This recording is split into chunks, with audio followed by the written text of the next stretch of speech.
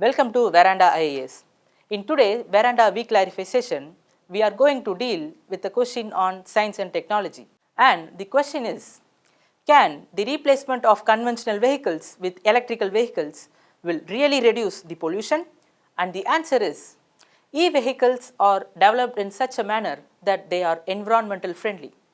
Conventional vehicles tend to release gases such as carbon monoxide, sulfur, which are harmful to the environment. When we replace conventional vehicles with e-vehicles, these emissions will get reduced.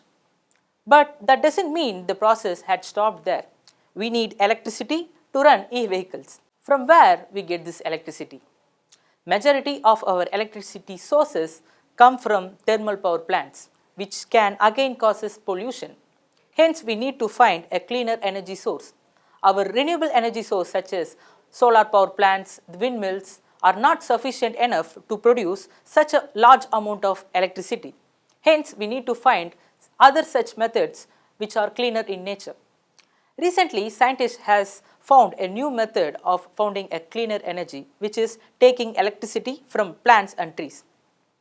Plants usually convert CO2 into organic compounds in the presence of sunlight, which is known as photosynthesis, as we all know.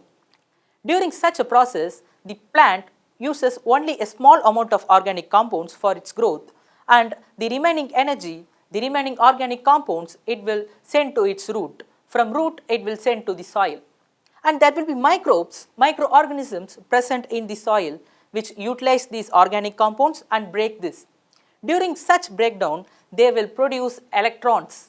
These electrons can be collected with the help of electrodes, which can be utilized as electricity, which is known as plant microbial fuel cell. Hence, such kind of experiments need to be promoted, which can really help us fight the pollution. I hope this clarifies the question, and we'll meet in the next Veclarify session.